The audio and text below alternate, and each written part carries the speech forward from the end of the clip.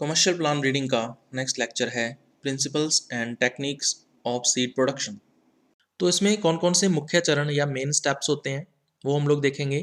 तो इसमें 6 मुख्य चरण हैं या 6 मेन स्टेप्स हैं। पहला है बीज स्रोत या सीड सोर्स, दूसरा है खेत का चयन या फील्ड सिलेक्शन, तीसरा है पृथक्करण या आइसोलेशन, चौथा है खेत प्रक्रियाएं या फार्म ऑपरेशंस, उसके बाद पांचवा है रोगिंग और छठा है कटाई व गहाई या हार्वेस्टिंग एंड थ्रेशिंग। तो ये 6 स्टेप्स जो हैं इनका क्रम या ऑर्डर और इनके नाम जो हैं ये आपको ध्यान में रखने हैं। हम लोग अलग अलग क्रॉप्स के अंदर foundation and certified seed production करेंगे, तो उनमें ये 6 स्टेप्स आपको इसी क्रम के अंदर लिखने हैं। इनके बीच में थोड़ा बहुत चेंज जो है वो एक क्रॉप से दूसरी क्रॉप में होता रहता है, वो हम लोग अलग से आने वाले लेक्चर्स के अंदर करेंगे। तो जब भी आपको क्रॉप के अंदर foundation and certified seed production के बारे में पूछा जाए तो ये 6 स्टेप्स आपको जरूर लिखने हैं। तो इनको एक एक करके हम लोग डिस्कस करते हैं। सबसे पहले बीज स्रोत या सीड सोर्स की बात करें तो एक प्रमाणीकृत संस्था है ना या सर्टिफाइड एजेंसी के द्वारा मान्य स्रोत या सोर्स से ही हमें सीड जो है या बीज जो है वो लेना चाहिए। ठीक है, और फिर आधार व प्रमाणीकृत बीज का जो उत्पादन है या हम फाउंडेशन एंड सर्टिफाइड सीड का जो प्रोडक्शन है वो किया जाना चाहिए। ठीक है, इससे क्या होगा भाई, आनुवंशिक शुद्धता या जेनेटिक प्योरिटी जो है वो बनी रहती है। ठीक है, तो शुद्धता या प्योरिटी बनी रहेगी तो इसका मतलब जो बीज है उसकी गुणवत्ता उच्च रहेगी, उसकी क्वालिटी हाई रहेगी। आधार बीज उत्पादन के लिए अगर अपने फाउंडेशन सीड का प्रोडक्शन करना चाहते हैं तो हमें कौन से बीज का उपयोग करना होगा, प्रजनक बीज का, यानी ब्रीडर सीड को हम लोग ग्रो करवा के और आधार बीज यानी फाउंडेशन सीड का प्रोडक्शन करते हैं। उसी प्रकार से अगर हम प्रमाणीकृत बीज यानी सर्टिफाइड सीड का प्रोडक्शन करना चाहते हैं तो हमें कौन सा बीज लेना होगा, आधार बीज यानी फाउंडेशन सीड को ग्रो करवा के हम लोग सर्टिफाइड या प्रमाणीकृत बीज बना सकते हैं। थैलों पर या जो बैग्स होते हैं सीड्स के उन पर टैग्स या जो लेबल हैं वो लगे हुए रहते हैं। ठीक है, और इन टैग्स या लेबल्स की सहायता से हमें क्या पता चलता है अभी, उसकी शुद्धता या प्योरिटी के बारे में पता चलता है। ठीक है, तो ब्रीडर सीड और फाउंडेशन सीड की प्योरिटी या शुद्धता जो है उसके बारे में हमें इन लेबल या टैग से चल जाता है। और जब सोइंग कर दी जाती है या बुआई कर दी जाती है तो उसके बाद ये जो लेबल्स व टैग्स होते हैं इनको संभाल कर रखा जाता है, इनको फेंका नहीं जाता है। ठीक है, क्योंकि बाद में इसका जो शुद्धता है या प्योरिटी है उसके प्रमाणीकरण के लिए उपयोग किया जा सके, तो ये इंपॉर्टेंट है। दूसरा स्टेप आता है खेत का चयन या फील्ड सिलेक्शन। तो खेत की जो स्थिति है या फील्ड की जो लोकेशन है वो पृथक्करण आवश्यकताओं के अनुरूप होनी चाहिए, यानी आइसोलेशन रिक्वायरमेंट्स के अकॉर्डिंग होनी चाहिए। हम लोग आइसोलेशन डिस्टेंस या पृथक्करण दूरी जो है वो कितनी रखेंगे या कि किस क्रॉप के लिए कितनी पृथक्करण दूरी होनी चाहिए। ठीक है, इस आधार पर जो खेत या फील्ड है उसकी स्थिति होनी चाहिए। इसके अलावा दूसरा इसमें आता है कि खेत के अंदर या फील्ड में पिछले वर्ष वही फसल न उगाई गई हो। ठीक है, लास्ट ईयर सेम क्रॉप, जिस क्रॉप का हम लोग सीड प्रोडक्शन कर रहे हैं वही क्रॉप जो है वो लास्ट ईयर उगाई गई न होनी चाहिए। इसका क्या मतलब है, इसका मतलब ये है कि मान लीजिए पिछले वर्ष अगर हमने वही फसल उगाई है तो वो हो सकता है कोई दूसरी वैरायटी या किस्म हो, तो उसका बीज जो है वो फील्ड के अंदर हो सकता है रह गया हो, तो वो बीज जो है वो भी उगेगा, जिससे एक संदूषण या कंटेमिनेशन उत्पन्न होगा भौतिक मिश्रण के द्वारा या फिजिकल मिक्सिंग के द्वारा। ठीक है, तो इससे बचने के लिए ये जरूरी है कि पिछले वर्ष या लास्ट ईयर वही फसल न उगाई गई हो। इसके अलावा खेत जो है या फील्ड जो है उसमें स्वयं उगे अन्य पौधों व खरपतवारों से मुक्त होना चाहिए। ठीक है, स्वयं उगे पौधे यानी अपने आप जो पौधे उग जाते हैं उनको वॉलंटियर प्लांट्स बोलते हैं।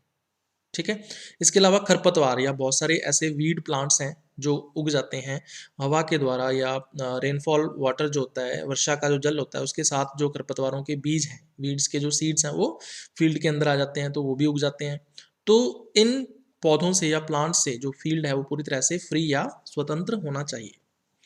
उसके बाद मृदा की जो उर्वरकता है, फर्टिलिटी जो है वो सॉइल की, ठीक है, उसके अंदर जो न्यूट्रिएंट्स या हम कह सकते हैं कि जो खनिज लवण है मिनरल सॉल्ट्स हैं, ठीक है, वो उपयुक्त मात्रा में होने चाहिए। तो ये जो उर्वरकता या फर्टिलिटी है मृदा की, ये बीज फसल के अनुरूप होनी चाहिए। जो भी सीड क्रॉप हम लोग ग्रो करवा रहे हैं उसके अकॉर्डिंग ही सॉइल की फर्टिलिटी होनी चाहिए।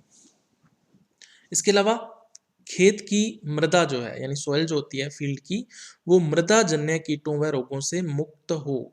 जो सॉइल बॉर्न इंसेक्ट्स होते हैं व डिजीज होते हैं उनसे फ्री होने चाहिए, है ना। सॉइल बॉर्न इंसेक्ट्स क्या होते हैं? अभी ऐसे इंसेक्ट्स जो सॉइल के अंदर या मृदा के अंदर रहते हैं, वहीं पर ही एग लेइंग करते हैं या अंडे देते हैं, और जब सीड का जर्मिनेशन होता है या अंकुरण होता है और उससे पौधा जो बनता है तो उस पौधे को वो संक्रमित कर देते हैं, ठीक है। तो ऐसे कीटों से जो मृदा है या सॉइल है वो फ्री होनी चाहिए, ये सुनिश्चित करना जरूरी है।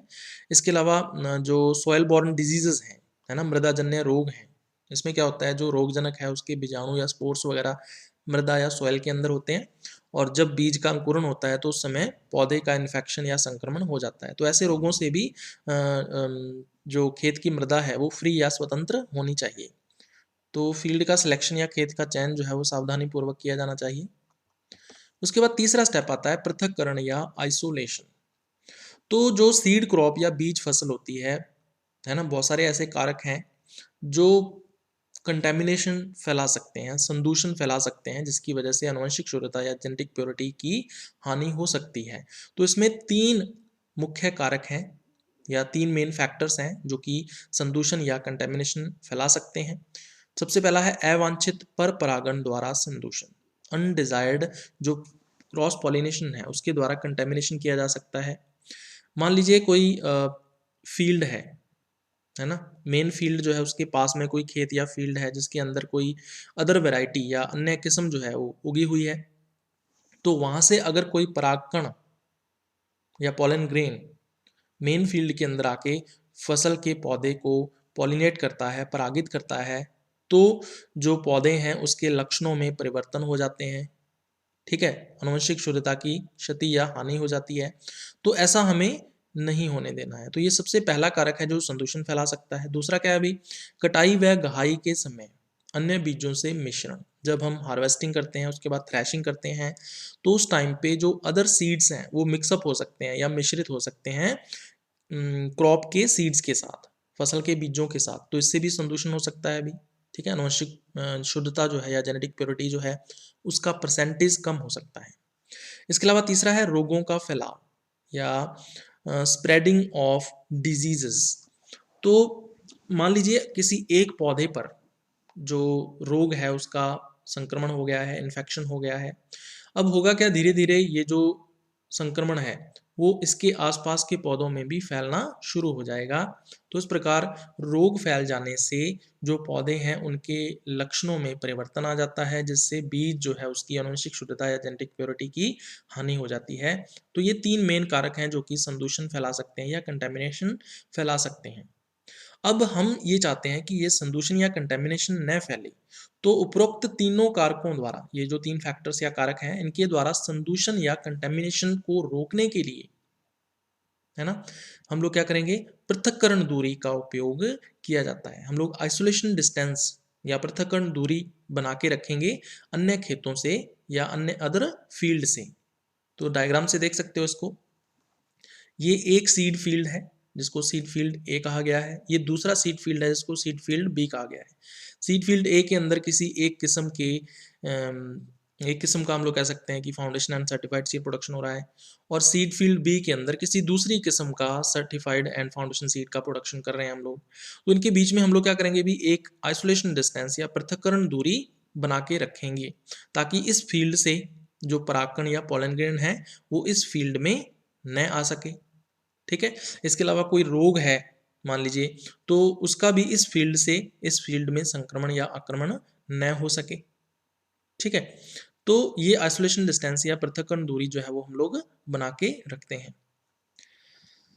प्रत्येक बीज फसल के लिए, ठीक है। प्रत्येक जो सीड क्रॉप होती है उसके लिए आधार बीज उत्पादन व प्रमाणीकृत बीज उत्पादन में, ठीक है, foundation seed production and certified seed production के अंदर जो हम लोग पृथक्करण दूरी रखते हैं या आइसोलेशन डिस्टेंस मेंटेन करके रखते हैं वो अलग अलग या डिफरेंट होती है, ठीक है। तो ये अलग अलग क्रॉप्स में अलग अलग रहती है, इसके बारे में हम लोग आने वाले लेक्चर्स में डिटेल में पढ़ेंगे। उसके बाद फोर्थ आता है अभी खेत प्रक्रियाएं या फार्म ऑपरेशंस इसको बोल देते हैं। तो फार्म ऑपरेशंस जो है वो एक कॉम्प्लेक्स प्रोसेस है, एक जटिल प्रक्रिया है जिसके अंदर 5 स्टेप्स होते हैं या 5 चरणों में इसको आगे डिवाइड या विभाजित किया गया है। तो इसमें सबसे पहला है खेत की तैयारी या फील्ड प्रिपरेशन, दूसरा है बुआई या सोइंग, तीसरा है उर्वरक या फर्टिलाइजर्स, उसके बाद है सिंचाई या इरिगेशन, और लास्ट है पादप सुरक्षा या प्लांट प्रोटेक्शन। तो इनको एक एक करके हम लोग डिस्कस करेंगे।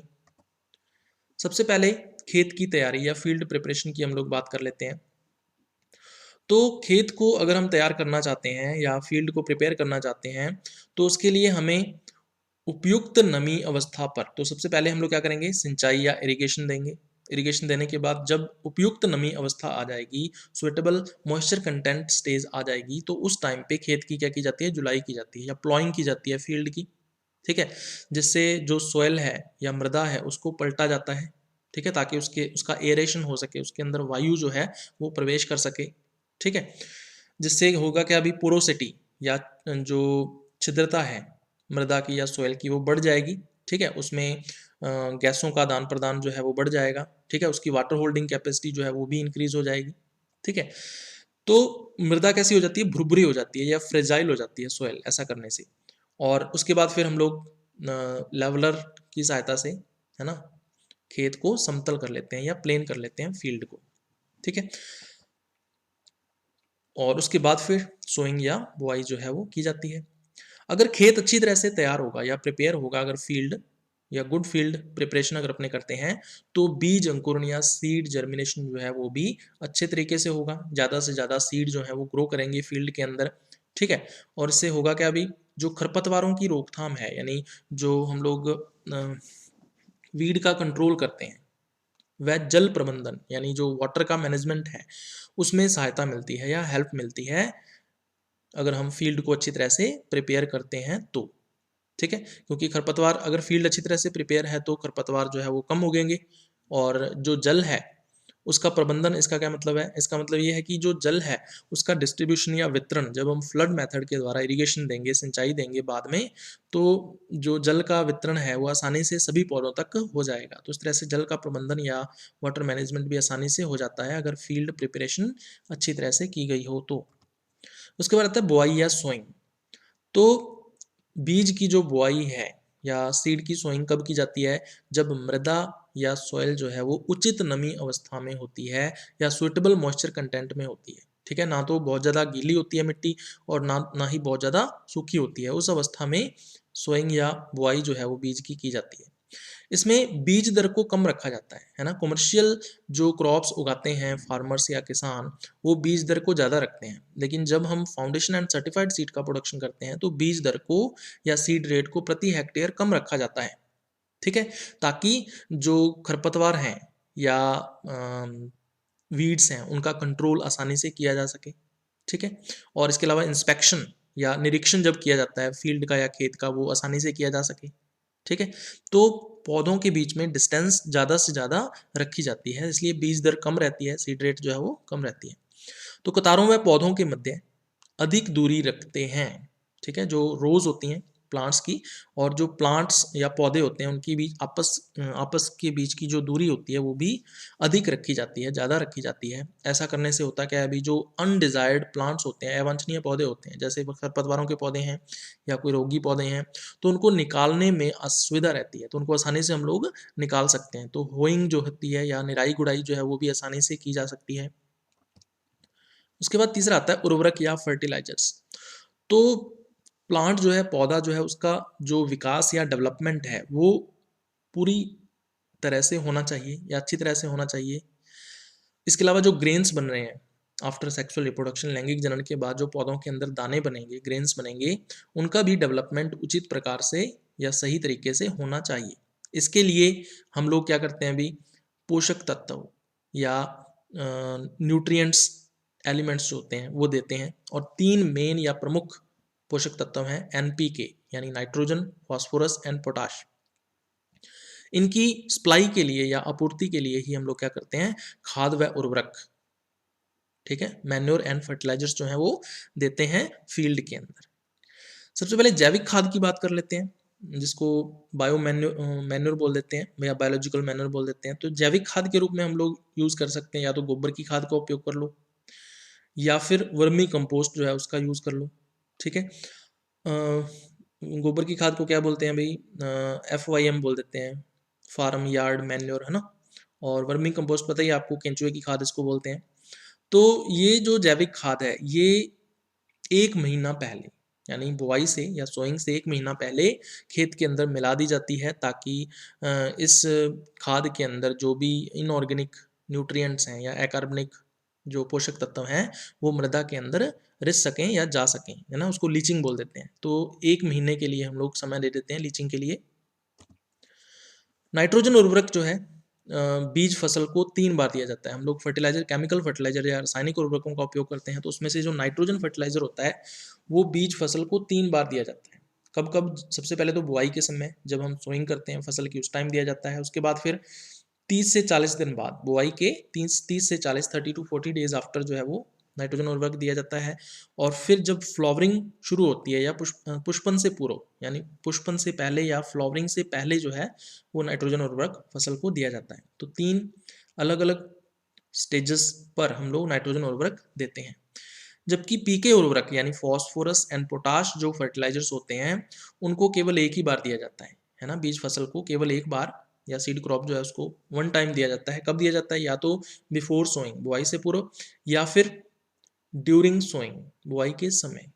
ठीक है, तो ये लगभग सभी क्रॉप्स के लिए सेम रहता है, तो बिल्कुल ऐसे ही इसको लिखना है। उसके बाद सिंचाई या इरिगेशन की बात कर लेते हैं। तो पौधे और बीज यानी प्लांट्स एंड सीड्स जो हैं उनकी ग्रोथ एंड डेवलपमेंट या वृद्धि व विकास जो है वो अच्छी तरह से होना चाहिए। इसके लिए ये ज़रूरी है कि हम उसको पौधे को पानी या जो जल है वो उपलब्ध करवाएं। तो इसके लिए हम लोग क्या करते हैं अभी, अनेक सिंचाइयाँ करते हैं या मैनी इरिगेशंस देते हैं क्रॉप को।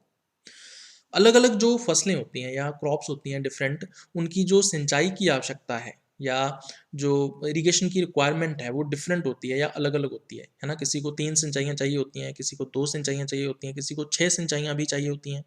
तो अलग अलग क्रॉप्स में ये अलग अलग रहता है, वेरी करता है। तो ये अलग अलग क्रॉप्स में हम लोग आगे देखेंगे आने वाले लेक्चर्स के अंदर, तो ये वेरी करता रहता है। उसके बाद पादप सुरक्षा या प्लांट प्रोटेक्शन की बात कर लेते हैं। तो जो सीड क्रॉप है या बीज फसल है वो सुरक्षित रहनी चाहिए। किससे सुरक्षित रहनी चाहिए अभी? एक तो खरपतवारों से यानी वीड से, क्योंकि वीड्स क्या करती हैं अभी, कंपटीशन करती हैं, प्रतिस्पर्धा करती हैं किसके साथ? जो क्रॉप प्लांट्स होते हैं उनके साथ। किसके लिए? स्पेस के लिए, जगह के लिए, इसके अलावा जल के लिए, इसके अलावा न्यूट्रिएंट्स के लिए, पोषक पदार्थों के लिए। तो इससे होता क्या है, जो हमारी फसल के पौधे हैं, क्रॉप प्लांट्स जो होते हैं, उनकी ग्रोथ एंड डेवलपमेंट बहुत ही स्लो हो जाता है या धीमा हो जाता है। ठीक है, जिससे प्रोडक्शन पर भी असर पड़ता है। तो ऐसा हमें नहीं होने देना है। तो हमें खरपतवारों को नियंत्रित करना है, वीड्स को कंट्रोल करना है। इसके अलावा कीटों को, इंसेक्ट्स को भी कंट्रोल करना है। इंसेक्ट भी डैमेज कर सकता है अभी जो हमारी क्रॉप है उसको, तो इंसेक्ट का कंट्रोल करना है। इसके अलावा बहुत सारे रोग हैं जो फैल सकते हैं हमारी फसल के अंदर, तो ये एक फसल से दूसरी फसल में परिवर्तित होते रहते हैं। तो इन रोगों से भी हमें सुरक्षा जो है वो फसल की करनी होती है। खरपतवार का नियंत्रण अगर अपनी करना चाहते हैं या वीड का कंट्रोल करना चाहते हैं तो हमें समय समय पर क्या करना पड़ेगा, होइंग करनी पड़ेगी, यानी निराई गुड़ाई करनी पड़ेगी। ठीक है, इसके अलावा वीडीसाइड का भी यूज़ कर सकते हैं। खरपतवार नाशी जो है उसका जो छिड़काव जो है वो किया जा सकता है। ठीक है, उसकी स्प्रे कर सकते हैं अपने वीडीसाइड का। इसके अलावा अगर अपने कीटों व रोगों का नियंत्रण करना चाहते हैं, इंसेक्ट्स एंड डिजीजेस का कंट्रोल करना चाहते हैं, तो उसके लिए हमें समय समय पर स्प्रे करनी पड़ेगी, छिड़काव करना पड़ेगा। किसका भी? इंसेक्टिसाइड यानी कीटनाशी का, व कवकनाशी यानी फंजीसाइड्स का। ठीक है, उसके बाद 5वां स्टेप इसमें आता है रॉगिंग। तो रॉगिंग क्या होती है? अन्य फसली पौधों, जो अदर क्रॉप प्लांट्स होते हैं, आपने देखा होगा कभी कभी क्या होता है, जो क्रॉप फील्ड है उसके अंदर किसी दूसरी फसल के जो पौधे हैं वो उग जाते हैं, तो उनको अदर क्रॉप प्लांट्स या अन्य फसली पौधे कहते हैं। इसके अलावा खरपतवारों यानी कि जो वीड्स होते हैं, खरपतवार जो हैं, जो वीड्स होते हैं उनको भी निकालना होता है। इसके अलावा जो रोगी पौधे होते हैं, डिजीज्ड प्लांट होते हैं, ठीक है, वो भी कंटेमिनेशन या संदूषण जो है वो फैला सकते हैं। तो समय समय पर या टाइम टू टाइम बीज फसल से या हम कह सकते हैं कि सीड क्रॉप से उनको निकालना या सेपरेट करना ही क्या कहलाता है, रोगिंग कहलाता है। ठीक है, तो ये अवांछित पौधे होते हैं या अनडिजायर्ड प्लांट्स होते हैं, तो इनको time to time seed crop से हम लोग निकाल देते हैं, तो उसको क्या बोलते हैं, रोगिंग कहते हैं। अवांछित पर परागण, अब रोगिंग जो है वो क्यों की जाती है ये आपको पता होना चाहिए। तो अवांछित पर परागण यानी अनडिजायर्ड जो क्रॉस पॉलिनेशन होता है, जो संदूषण या कंटेमिनेशन फैला सकता है, और इसके अलावा रोगों की द्वितीयक संक्रमण, जो सेकेंडरी इन्फेक्शन होता है डिजीज का, यानी एक पौधा जिसके ऊपर सबसे पहले संक्रमण हुआ, इन्फेक्शन हुआ, वो हो जाएगा प्राइमरी इन्फेक्शन या प्राथमिक संक्रमण।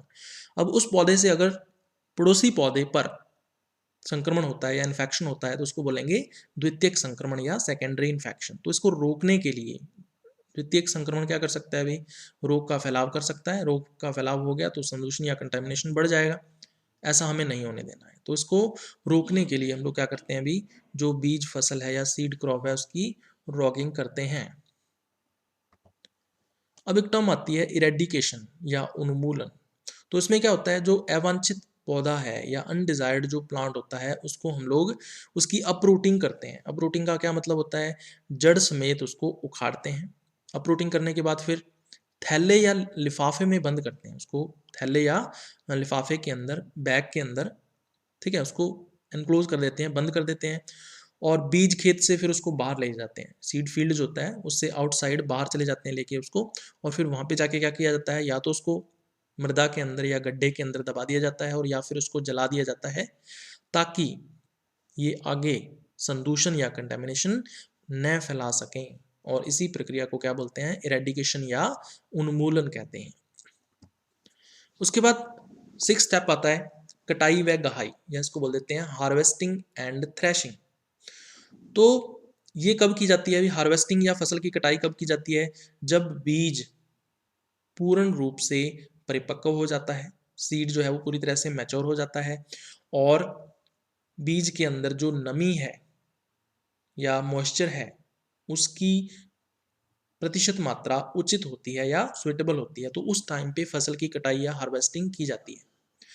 अगर हम फसल की कटाई अधिक नमी अवस्था पर कर लें, ठीक है, अगर सीड के अंदर जो मॉइस्चर कंटेंट है वो बहुत ज़्यादा है और हमने बीज फसल की कटाई कर ली, यानी पौधे अभी हरी अवस्था में है, उसी अवस्था में ही अगर हमने बीज की फसल की कटाई या हार्वेस्टिंग कर ली, तो होगा क्या, अभी जब हम गहाई करेंगे या थ्रेशिंग करेंगे तो उस टाइम पे बीजों को क्षति होती है ना, सीड जो है वो डैमेज हो जाते हैं, टूट सकते हैं सीड, ठीक है, गर्म हो सकते हैं, और गर्म होके उसके अंदर का जो एम्ब्रियो है वो नष्ट हो सकता है। इसके अलावा जो कवक व कीट हैं या इंसेक्ट एंड जो फंजाई होते हैं वो मोइस्ट या हम कह सकते हैं जो नमी अवस्था है उसके प्रति ज़्यादा संवेदी होते हैं, तो इसलिए इनका जो संक्रमण या इन्फेक्शन है वो बीजों पर शीघ्र हो सकता है। इसके अलावा जो जर्मिनेशन कैपेबिलिटी है या अंकुरण क्षमता है बीज की, उसके ऊपर भी विपरीत प्रभाव पड़ सकता है, या एडवर्स इफेक्ट जो है वो उसके ऊपर भी पड़ सकता है, ठीक है, अंकुरण क्षमता कम हो सकती है बीज की ऐसा करने से। यदि हम बीज जो है या बीज फसल जो है उसकी कटाई या हार्वेस्टिंग जो है वो देरी से करें, देरी से करने का मतलब क्या है, जब बीज जो है वो बहुत ज़्यादा सूख जाए, उसके अंदर जो नमी का प्रतिशत है वो बहुत ही कम हो, तो ऐसा अगर अपने करेंगे तो क्या होगा भी, उसके एडवर्स इफेक्ट हो सकते हैं। धूप व वर्षा से बीज गुणवत्ता की हानि होती है, ठीक है, जो सनलाइट है और साथ में जो रेनफॉल है, ठीक है, वो उसको फेस करना पड़ सकता है फसल को, क्रॉप को, जिसकी वजह से सीड की क्वालिटी या बीज की गुणवत्ता जो है वो कम हो सकती है, तो उसको क्षति हो सकती है। तो आपने देखा होगा कि कई बार क्या होता है, जब गेहूं की कटाई करनी होती है तो उस टाइम पे रेनफॉल हो जाता है ना, वर्षा हो जाती है तो गेहूं भीग जाता है ना, गिर जाता है वो, तो उससे होता क्या है, जो बीज है वो उसकी गुणवत्ता कम हो जाती है, तो उसका मार्केट के अंदर रेट जो है वो भी हमें कम मिलता है। इसके अलावा दूसरा क्या हो सकता है, अभी दाने खेत में बिखरने की समस्या रहती है, इसको बोलते हैं शैटरिंग या विशरण। तो अगर बहुत ज़्यादा सूख गई है फसल, पौधे बहुत ज़्यादा सूख गए हैं, तो जब हम उसको काटेंगे तो कटाई के समय जो बीज है वो अपने आप ही पौधे से नीचे गिर जाएगा, और यही प्रक्रिया क्या कहलाती है, शैटरिंग या विशरण। तो इस प्रकार खेत में जो दाने या ग्रेन्स हैं उनके बिखरने की जो समस्या या प्रॉब्लम है ये रहती है। इसके अलावा जो सीड की थ्रेशिंग है वो कहाँ पे करनी चाहिए हमें? पक्के फर्श पर, ठीक है। फ्लोर जो है वो पूरी तरह से पक्का होना चाहिए, वह या फिर तरपाल का उपयोग कर सकते हैं हम लोग, ताकि जो सॉइल या मिट्टी है वो, या मिट्टी या कंकड़ वगैरह है वो बीजों के अंदर मिक्सअप न हो सकें और उसकी जो भौतिक शुद्धता है या फिजिकल प्योरिटी है वो बनी रहे। तो ये था भी अपना आज का लेक्चर।